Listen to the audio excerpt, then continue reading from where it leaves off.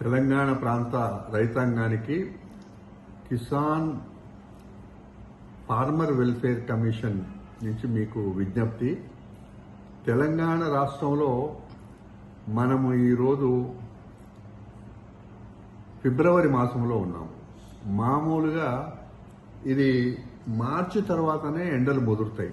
అట్లాంటి పరిస్థితికి భిన్నంగా మార్చిలో ఫిబ్రవరి లోపలనే ఎండలు తీవ్రంగా వచ్చినాయి. ఎక్కడ పడితే అక్కడ పంటలు ఎండిపోతున్నట్టుగా, రైతులు పెట్టుబడి పెట్టి పాపం ఇబ్బంది పడుతున్నట్టుగా, కొందరైతే ఇంకా ఒక అడుగు ముందుకేసి చాలా మానసికంగా ఇబ్బంది పడుతున్నట్టుగా మా కమిషన్ దృష్టికి వచ్చింది.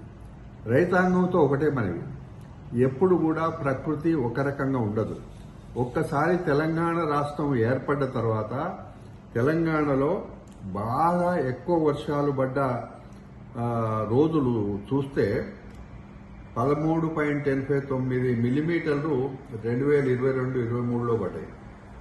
అదేవిధంగా గ్రౌండ్ వాటర్ కూడా 13.42 మిల్లీమీటర్లు, అంటే ఎప్పుడు బాగా గ్రౌండ్ వాటర్ కానీ వర్షపాతం కానీ 2022-23, దాని తర్వాత ఇప్పుడు చూస్తే గ్రౌండ్ వాటర్ విపరీతంగా పడిపోయింది.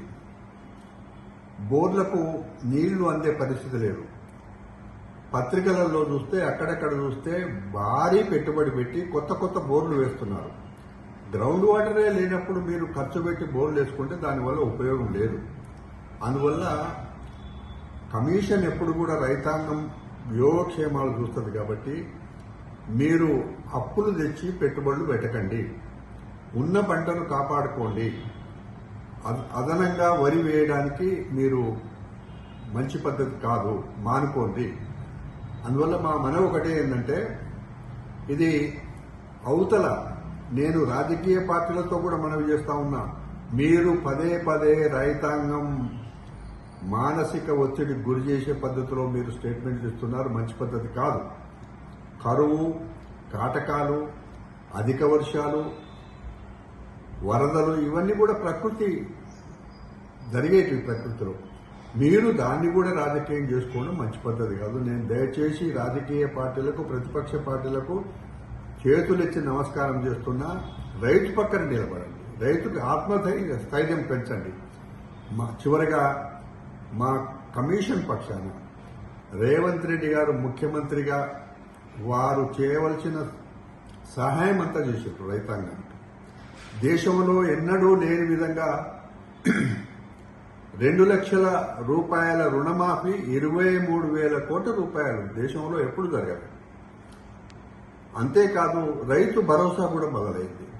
అంతేకాదు ఎన్నడూ లేని విధంగా సన్న వడ్లకు 500 బోనస్ కూడా ఇవ్వడం జరిగింది. ఇవన్నీ వ్యవసాయ రంగానికి ఒక రైతు బిడ్డ కాబట్టి ఈ సంవత్సర కాలంలో ఇవన్నీ కూడా రైతాంగానికి పెట్టుబడి కింద ఉండడానికి, అప్పుల బాధ నుంచి తొలగించడానికి చేసిన ప్రక్రియలు. అందువల్ల ప్రభుత్వం ఇంకా చేయడానికి సిద్ధంగా ఉంది.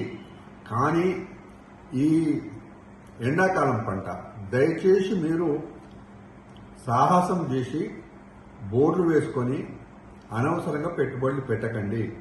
జాగ్రత్తగా ఉండండి. మీ డబ్బులు కాపాడుకోండి, నీటిని కాపాడుకోండి, పంటలు ఎండబెట్టుకోకండి. దయచేసి మీకు విజ్ఞప్తి చేస్తున్న ఒక రైతుగా కూడా, ఇది మన జీవితంలో చూస్తే అనేక సందర్భాలలో కరువు వచ్చింది, కాటకాలు వచ్చినాయి. దాన్ని రైతే తట్టుకున్నాడు కానీ ఇంకెవరు కూడా వశం కాదు. రైతుకుండే గుణం చాలా గొప్పది. రైతు దేశానికి వెన్నెముక. రైతు ఎప్పుడు కూడా అన్నం పెట్టే దాత. అందువల్ల మీ ప్రాణం చాలా విలువైంది, మీ కష్టం చాలా విలువైంది. పెట్టుబడి పెట్టిన ప్రతి పైసకి మీకు ఇంతో అంతో లాభం రావాలి. కాబట్టి మీరు ఈ విధంగా నిర్ణయం తీసుకోవద్దని చెప్పి కమిషన్ పక్షాన మీకు మనవి చేస్తాం.